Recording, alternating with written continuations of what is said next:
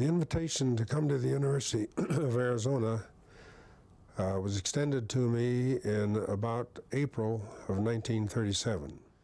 So things were slow in getting started. But the students were all eager, and they were beginning to increase in numbers. And it was important for us to launch a good, sound program. So the prime considerations were the strengthening of the budget, the building of a good curriculum, and the building of a strong staff. We needed more staff members. And all of these things had to come more or less together. So I worked hard on that, and I had the full support, may I say, of the faculty, because they were in total agreement with me. Survived that first year without any real traumas. Then came, however, the need to develop a research program which could be departmentally supported or sponsored, and which would provide an opportunity for our advanced students to gain field experience. There were several ways of doing that. So one is summertime activity, and for that we needed to think about going farther north into more temperate climates, because Tucson is too hot in the summertime.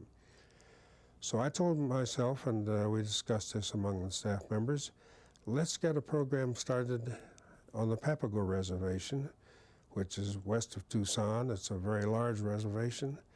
It's a territory about which we know little. It would be an ideal place to do summer work or winter work during the school year.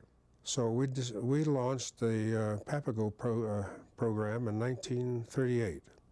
That meant getting permits and persuading the Papago, now they want to be known as Tohono O'odham, that this is something we wanted to do and we needed their permission. The BIA, the Department of Interior, gave us a permit, but that wasn't enough. We had to get a permit from the tribal council, and we had to get a permit from each district council in addition to that. So the permit problem, the politics of this, was quite extreme. We held several meetings with these people, trying to persuade them to let us do this, telling them it would be a great help for our graduate students, and we could learn something about the reservation and the prehistory of that area. So they said, well, we understand that. We understand that this doing this work out here will be productive, will give you a lot of information, but how will it help us? We said, well, we'll employ your people, and that was with the hope that the Public Works program then in effect would provide the labor for us, would provide the money to pay for the labor. And that's the way it turned out.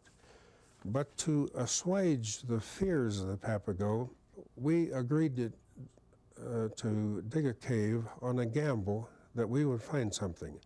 And they said, first, they made the proposal, we have a bat cave in South Mountain, which is northwest of Sells, and that cave we would like you to excavate, recover the bat guano, because that was a very useful fertilizer. And I can't tell you the monetary value of the stuff, but that cave was up about 1,500 feet above the desert plain, and one of our graduate students who led that work had to establish camp on top of this rocky mountain.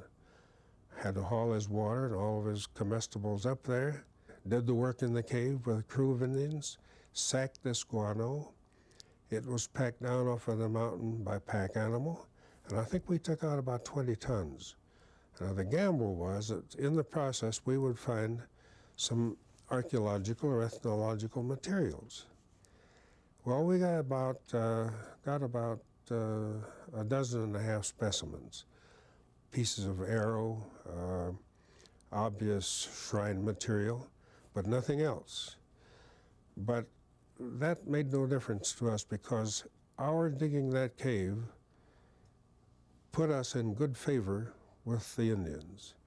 They practically gave us a carte blanche permission to do anything we wanted to do. So it was a good investment. So you do some archaeology without expecting any dividends, but that is in the knowledge of the past. But this was very rewarding because it gave us an entree into the reservation. Our next move was to dig at Jackrabbit Village, which is east of Sells, and that was a 12 to 1400 AD site, which Scantling was in charge of. This was kind of a compensation for the work he had done in Bat Cave that was unrewarding. And from there we went to Volshny Village, south of Sells. Well, that was an earlier site, and that gave us the beginnings of a chronology. Now, one of the things we wanted to do was to develop a sequence of occupation in the Papago country from as early as we could go back to, the earliest evidences, up to the present, and see what the relationship was between the existing Indians and the past. Were the ruins out there really old Papago? The evidence we had from our survey, and that preceded all of this work, we had to know what the resources of the region were, first of all. This meant finding the ruins, determining their age as well as we could from the surface material available. And we saw nothing that was older than the Volshny village. So we said, we'll concentrate on the recent end and see if we can't connect the present day with the past, bridge the gap. That gap would be, let's say, several hundred years from 1400 AD forward to about 1700.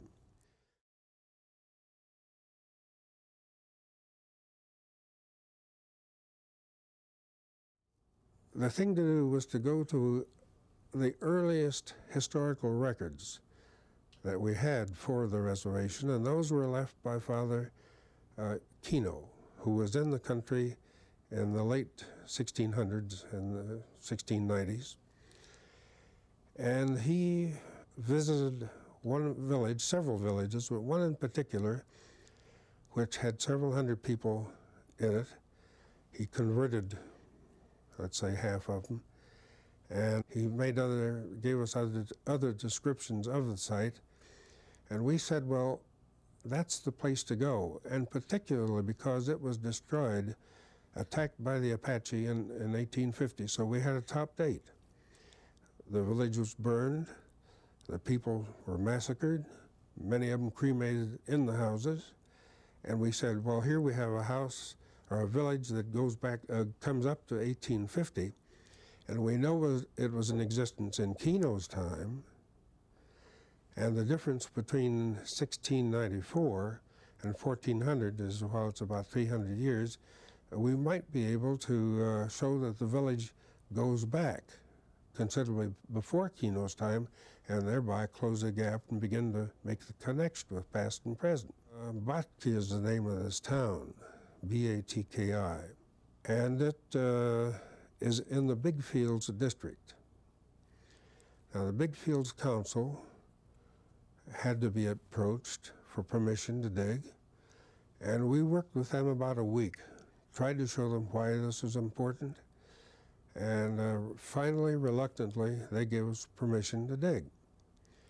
Well, Wilfred Bailey, one of our other graduate students, was in charge of that program, and he got started digging on a Monday morning, and within 2 hours of the beginning of excavations, a delegation of Big Fields people came to the site, and they said, you have to stop digging.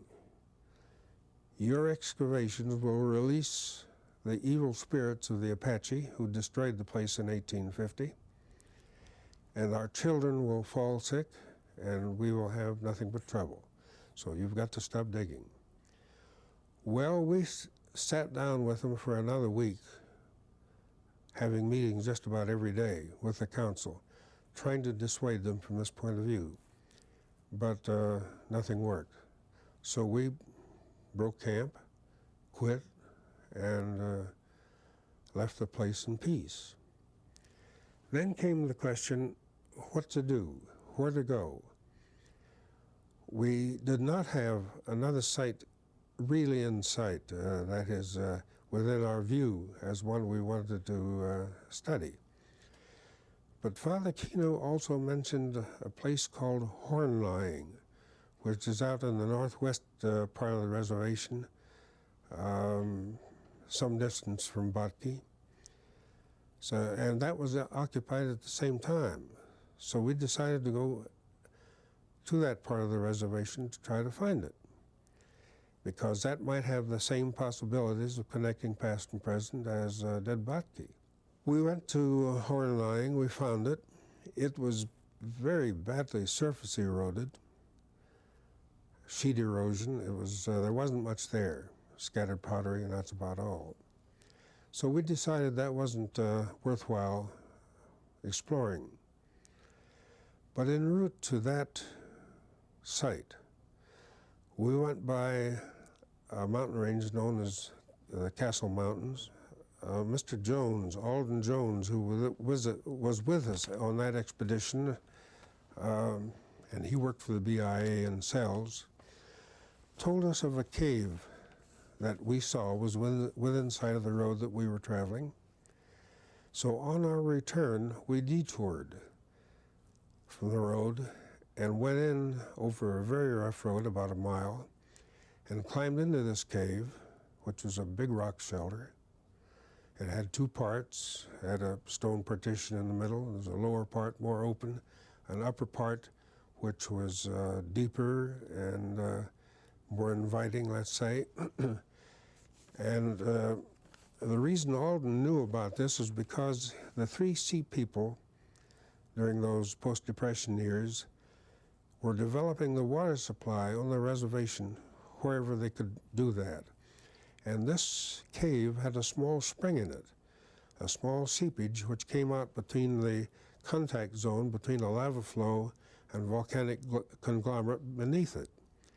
So they dug a tunnel back into the rock wall and dug a sump, cemented it, to act as a catchment basin, and in that way attempted to develop a water supply on the reservation, in this part of the reservation. Well, we entered the cave, and I could see that there was trash, human remains or refuse on the surface of the cave. As I walked into the cave, I could see that the surface was scattered with refuse left there by recent Papago Indians. But what was more important was the fact that there was a springiness underfoot. Now, if you're walking on a fill in a cave that is made mainly of mineral materials, rocks and dust and dirt and all that, there is no springiness. But this springiness told me that there was organic material at a considerable depth in the deposit, and therefore this was a good place to, might be a very productive site and was a good place to test. So we had no trouble in gaining access to the cave through permission from the Indians. And Bill Bailey was in charge of that work, and I was in Tucson. I was teaching, and he was managing the field work, and I was in close contact with him. We had a group of about a dozen Indians working for us, and I had a telephone call from him the first day. He said, we ran into 3 objects today. He couldn't talk freely over the telephone. I knew that 3 objects meant that these were burials. And we also knew that if the Papago who were working for us, the Tohono O'odham, would recognize these burials, these bodies of the deceased, as their own people, we would once again be stopped. So I went out there immediately, and we sat down with the work crew, talked over this problem. that we could see from the context of of the ground in which these burials lay, that these were ancient burials. They were not modern. They went back at least to the 13th or 14th century. And this was of no concern to them. They not only helped us excavate some of those cadavers, but they helped us carry them out of the cave. Now, these top ones were in dry deposits. They tend to mummify, along with the robes that they were buried in and other things that were associated with the deceased. But the Papago never gave us any problem on that score. Well, we got down 3 feet or 4 feet into this deposit, and then we ran out of the organic mat, the organic deposits. And by organic materials, I mean they cast off materials from the process of making a living. In other words, plants that were food producing, some corn, but more native plants, were brought into the cave, and as they were stripped of their edible parts, the organic material was simply left behind. And these people, in effect, were living themselves out of house and home because they were living on a rising floor. They didn't bother to house clean, let's say. They didn't have any houses in the cave. They didn't need houses. But as we got down and out of the organic material, we ran into a moist zone that produced many artifacts that preceded pottery, the production of pottery, and that would be about 2,000 years ago with the introduction of pottery, because that had been moistened from the seepage from the spring. The spring waters had drained out, and that decomposed the organic materials. We kept on going down and down and down, and before we were through, we had excavated down almost 14 feet, 13 feet, through accumulated refuse of human occupation. Well, we could see as we went down these changes from a zone with pottery, and beneath that another culture-producing layer which was very hard, impacted, and that produced a few implements and the bones of fossil animals.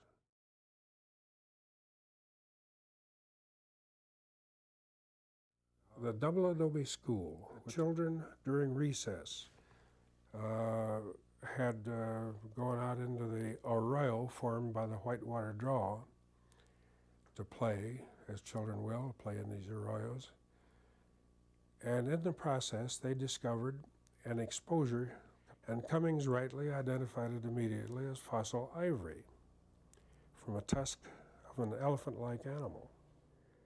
And we went down to double adobe, and very shortly noted that this white material went back into the bank and that there was probably more of the animal there. So we began to excavate, and this was about 12 or 15 feet underground in anticipation that we would find the skull. Well, we found a section of the tusk about this long, and it was about this big around, so it was near the base, and just behind it was what was left of the skull of the animal. The whole brain case was broken off, carried away. But we got the lower teeth, and the other tusk was gone. That while we were digging, we noticed in a deposit below the handstones were weathering out of the sand and gravel. These are artifacts. These are humanly produced stones that are produced by grinding something on a flat slab. And that there were other fossil animal bones there. We found, I myself took out a horse jaw, and there were camel bones. And man, Homo sapiens, was on hand when this valley was at a much lower level, the valley floor was at a much lower level, that he was inhabiting that region, living off the land. The year 1930 was a year of decision for me. And I have to explain what that means because I had been in Arizona 5 years by that time, had earned my AB degree, my master's degree, had taught a year, and had worked with Douglas a year, and it was time to decide just what I wanted to do.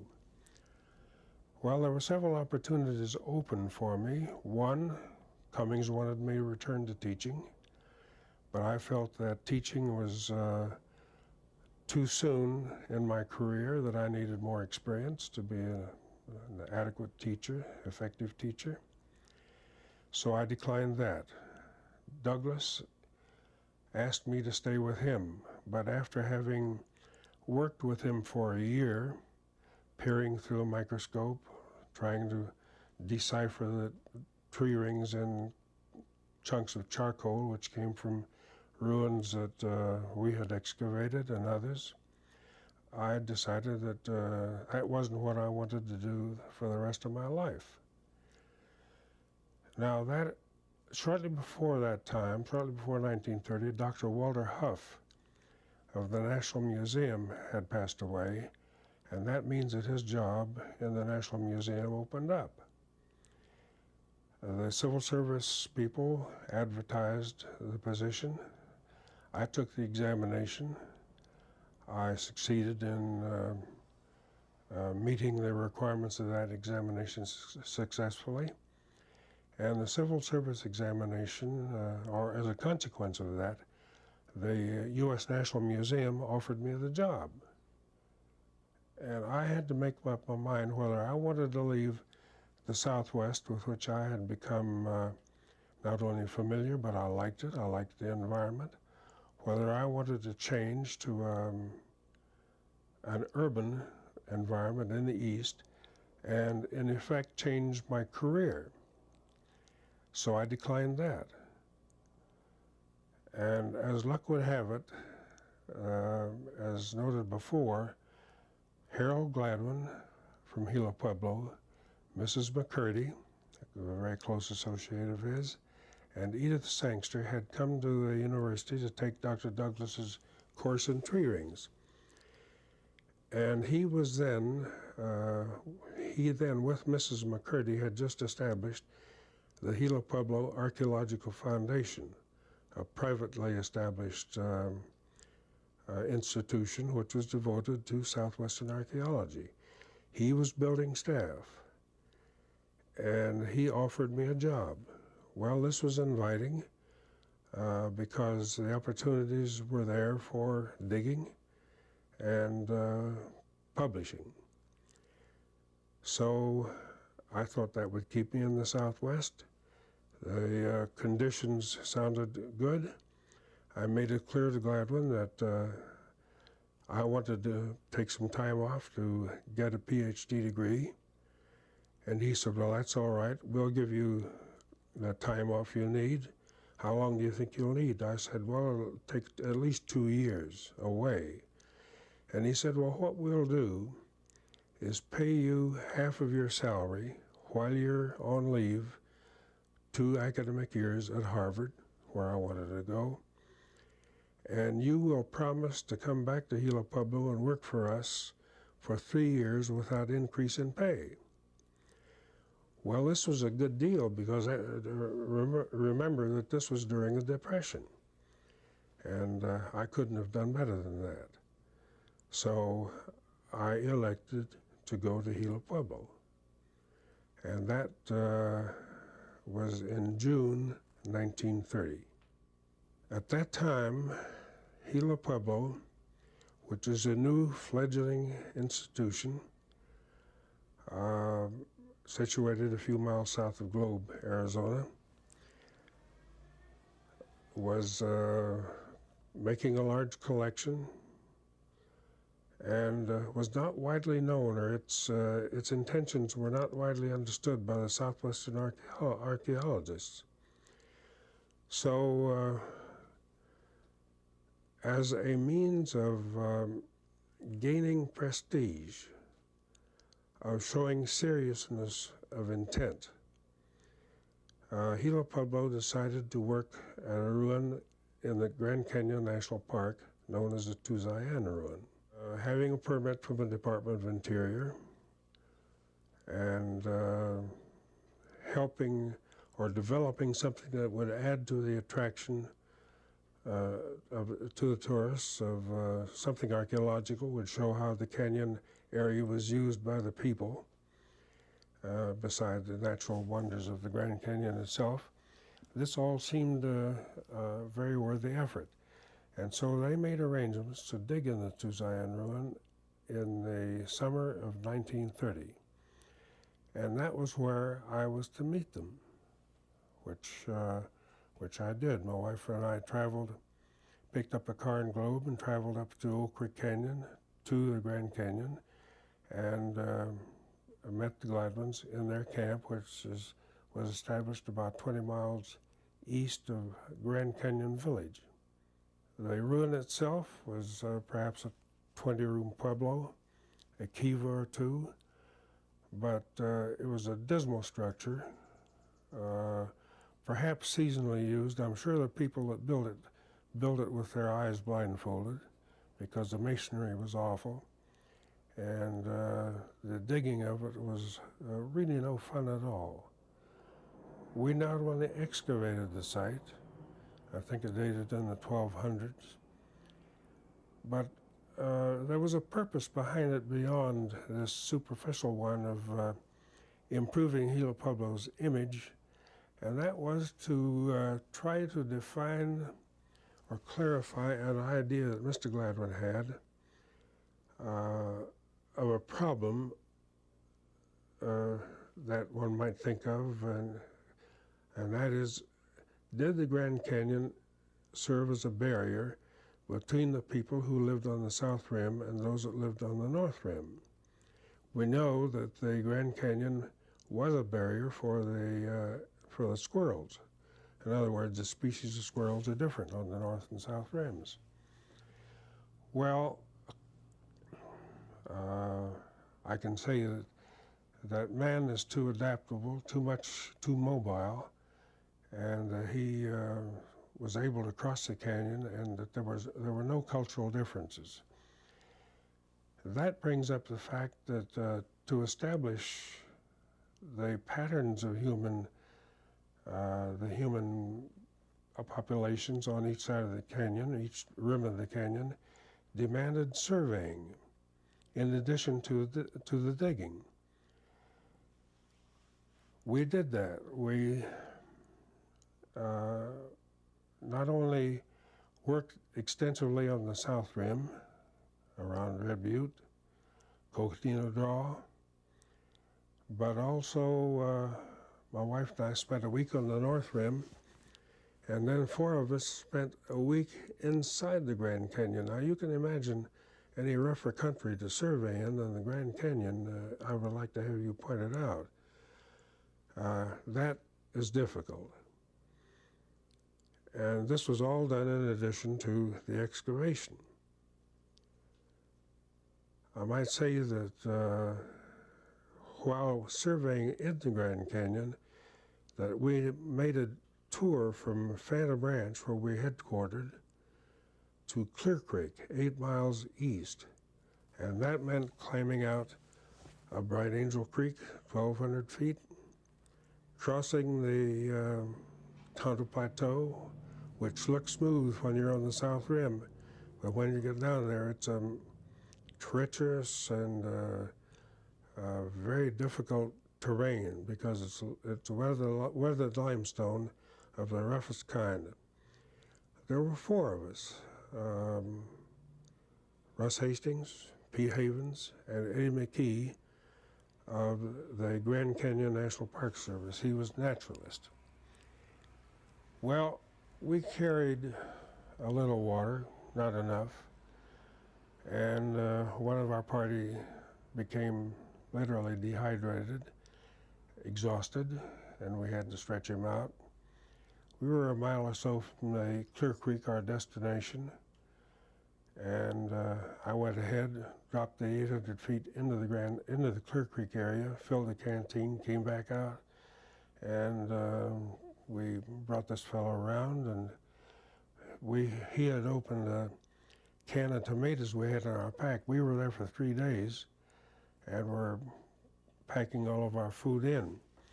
Not too much, because the Park Service said there's a food cache over there in Clear Creek, and you can tie into that. So we purposely didn't overload ourselves. Well, we couldn't find the food cache, so we were on short rations at that period.